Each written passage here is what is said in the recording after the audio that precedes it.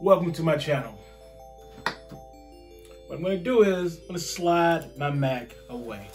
Right now, I don't need my Mac. This is something that I did a while back ago when I stopped using my MacBook Pro as much as I was and turned around and bought a tablet. This whole video is going to be about this golden thing that is in front of me. Almost 2 years ago, I bought this bad boy. Love this freaking machine. This is my second one. The first and the second, both are gold. This is the only Apple Pencil I've ever purchased. I used this on the first one. I used this on the second one. This is a second generation iPad Pro 12.9 inch, the big one.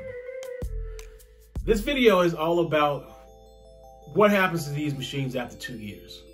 How has this machine worked for me? Does this machine suck? Does the iPad Pro suck after 2 years? Yes. I can give you the answer to that question right now, and that answer is no, it does not suck whatsoever. This thing is a workhorse. I absolutely love this machine. This is probably the best equipment I've ever purchased from Apple in my entire freaking life.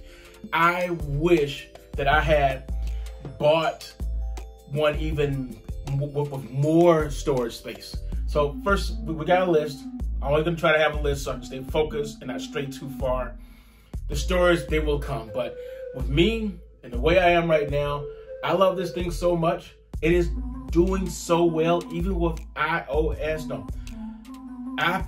OS 13.3. This thing is still doing an excellent job. It's the only thing that's better than this device here is the freaking device I'm using right now to record this stuff, which is the freaking iPhone 11. If only I could just get the iPhone 11 and stretch it out like putty and turn it into this, I will be a super happy person, but I can't do that. What I'm gonna have to do instead is continue to ride this machine until this freaking machine blows up in my face. But like I said, I love this machine. First thing is speed. Believe it or not, in this thin little shell, and it's too damn thin, but in this thin little shell, they put 4 gigabytes of RAM. Now, I know you're saying 4 gigabytes of RAM is nothing. My MacBook Pro, I shoved 16 gigabytes of RAM into that freaking not tablet, into this freaking MacBook Pro. I shoved it in there and it worked, it performed. But you know what it could not do? This laptop could not do? It could not do 4K.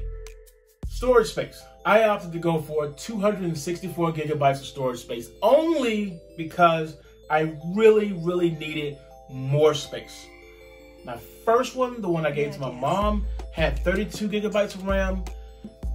This one could have come with 64 gigabytes of RAM, and that was just not enough. I needed 256, so I got the 256, loved it, use a lot of it, because what I tend to do is I will collect videos, store them, and some I will use immediately, but some will sit dormant for weeks, sometimes months, and in the case of my Asus monitor, almost a whole year before it was actually used. So because of that, I am a data hog and I need that extra space. The next thing is gonna be size. Like I said before, I absolutely needed something this size. Oh, password time. Call 5, the number is 000 and you're in. I needed something this big. I needed something this big because I wanted to have as much space. I've already said this before in the very beginning. I needed as much space as I could have to actually do whatever I wanted to do with this here. I needed this machine to be uncomfortable to have fun with and more comfortable to produce content with. I needed a workhorse, and that's the reason why I got something so big. The 10.5 was available at the time, and I chose not to get something that small because, again, I would have put it in my backpack, probably taken it on trips, and just use it to communicate and treat it like a cell phone because it was a little bit smaller. This, I treat it like it's more like a computer. And I process. This is a processing workhorse, in my opinion. Okay, so let's flip this bad boy over for a second here. This is the color. The color of this bad boy is gold. Why is this important? It's not just because of the dream that I had, that I had a actual iPad while I was dying and everything, and it wasn't just because of the dream, but just before I played Halo 5, I was listening to the podcast. Myself and my coworker, we were listening to it when we were going on business trips because it was something to listen to on the road instead of listening to the radio. And the beautiful part about this podcast, it was called Hunt for the Truth, was there was this one scene, and I'm saying it's a scene, but it's actually an audio book, like podcast, like audio book kind of thing, and it's partially acted out. It's kind of cool, but when you're driving down just that emptiness of I-90, you will begin to visualize the entire planet.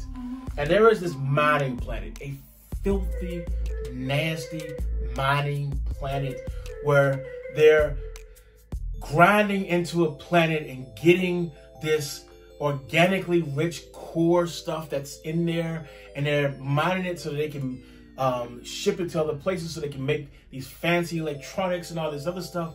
And the guys were walking around with masks on, I believe, because they needed respirators because it was just a disgusting place and you didn't want that stuff to get into your lungs. And their clothes were just filthy and just disgusting. And as they're walking around with these expensive golden tablets, as filthy as they were. These were miners. These were guys that were just, hardworking, just dirty and just grungy and real, down to earth grunge. And this wasn't even the planet Earth. It was a totally different planet. But they're walking around with golden tablets and they're writing down stuff and they're checking their inventory and all the other things. And I said to myself, man, it'd be really nice one day if I had a golden tablet like that. I think somehow that image got put into my subconscious and later on manifested in dreams and other things while I was there on the table dying. And now I have it. And you know what? This thing is so gaudy. This thing is so flashy. I love the actual appearance of this machine. I mean, the color, you can't get the new ones in gold. You can only get the new ones in that drabby gray color. I don't think it comes in any other. I think it only comes in one color right now. I like my gold. Quality. Is this worth the money that you put into it? The answer to that question is absolutely yes. It's definitely worth every penny that you put into this freaking machine here. I am protecting mine with a screensaver on the top, another screensaver on the bottom, but I want my machine to last as long as possible, probably beyond its normal use. And that's the only reason why I'm being a little extra careful. I don't have to be, I just want to be that way. I also have a leather case for it because I always try to make sure that everything goes back into its place before I go to bed, before I go to work, before I leave work. I make sure that everything is back together as one because I want the quality of the device to stay exactly the same. I'm trying to protect it as best I can, not for reselling value, but for it to last as long as I want to. Because remember I said, I want this to explode in my face before I give it up because I like this machine so much. But is this worth the money?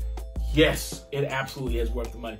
It could almost replace my freaking laptop. Almost. The laptop still works as a data mover to move things back and forth. And possibly I'll be doing, well, not possibly, I will be doing a video on a USB hub that I've been experimenting with. It makes things a lot easier, but nothing is as accurate, not accurate, I think that's a bad choice. Nothing is as smooth as using the MacBook to move things around back and forth. The sound. Any ideas? You may not notice it at first, but Apple has 4 speakers. One here, one here, one here, one here.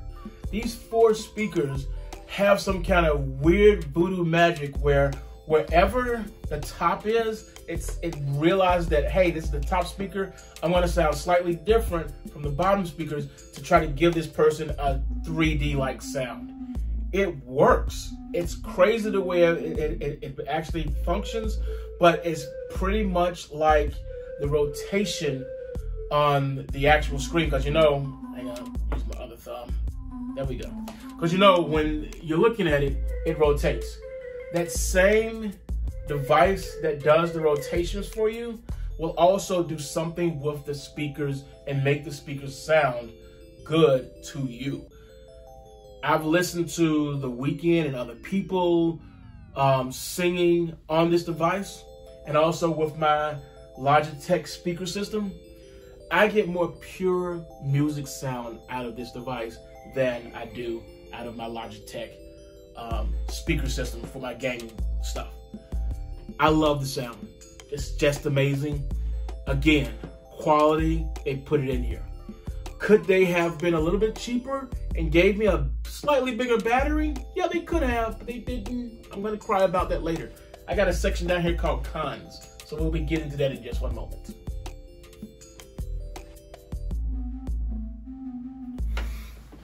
Now, this is something that I did not realize. We're talking about the camera right now. This is a nice camera on the front, but on the back, I was not aware that they put a 12 megapixel camera in this device when I initially got my hands on it. If I had known that immediately, I would have used this device to do all my YouTube videos the moment I got my hands on it. But at one point, I was still using my iPhone 6s Plus, and it was just comfortable. But I didn't know that there was a 12 megapixel camera in here, and it was so much better than what my iPhone had already had. The new iPhone that I have has an even better camera because it's got the dual camera in it, and the lenses that are in there give it just phenomenal capabilities. The only downside with this camera is it only runs, well, the max it can run is 4K 30 frames per second. It cannot do 60, but it doesn't matter because on the inside of the machine itself, you can still process a 60 frame per second video in 4K from another device, like my iPhone. So I was happy that it could scale up, but again, the ability to record is very good on here, but it could be excellent if they had chosen a 60 frame per second in this device here. 30 frames is good, but again, I would love to have higher. I want to talk about Filmic a little bit while I'm talking about the camera, but they are not associated, so I'm going to let that be for now. I might do a video on that later. It's not Apple's fault this time, but it is Filmic fault this time.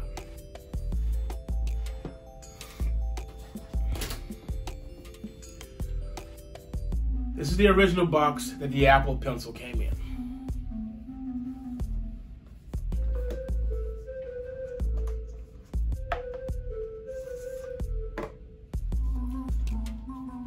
This is all the paperwork and everything that comes with it. It also comes with one extra tip. You've already heard me say that, hey, I have an Apple Pencil. I love my Apple Pencil. And I do. Because the Apple Pencil is the very first time I've actually gotten a stylus or pencil, whatever you want to call it, and wore out the tip. My IBM ThinkPad, I never wore out the tip. I didn't use it enough to wear out the tip. I got 2 or 3 extra tips running around. It's garbage. Put it in the trash can and burn it. This bad boy here, I worked on this enough to break the tip. Now, whether I dropped it, boom, because I was just like running around or whatever, or I just rubbed it in until it like just went blunt or whatever, doesn't matter.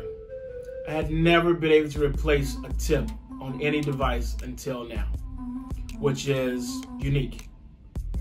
And the pencil is definitely worth it if you're going to do any type of drawing and or if you're going to do any type of editing. Because when you're doing video editing, it actually feels very smooth to go back and forth, move this here, move that. There is a workflow that you'll develop while messing around with the bars, moving things here, moving things there, because your fingertips just too darn big. Using this makes it a lot easier. So I'm just saying the pencil is worth it if you are some type of content creator. And again, this is my first and only pencil. I have been a very lucky person because apparently some people have told me that their pencils broke in X amount of months. One person said their pencil broke in a year. I've been using this same pencil since 2016, November 2016. I've been using the same pencil. The power, sometimes I get a lot of power. Sometimes I don't get as much power. Sometimes I don't have to charge this thing here for weeks. And I believe whatever kind of updates Apple is doing, it does affect it. And it also affects my machine. It also affects my pencil. But there, every once in a while, I'll start getting, one moment. Any ideas? Ice in there.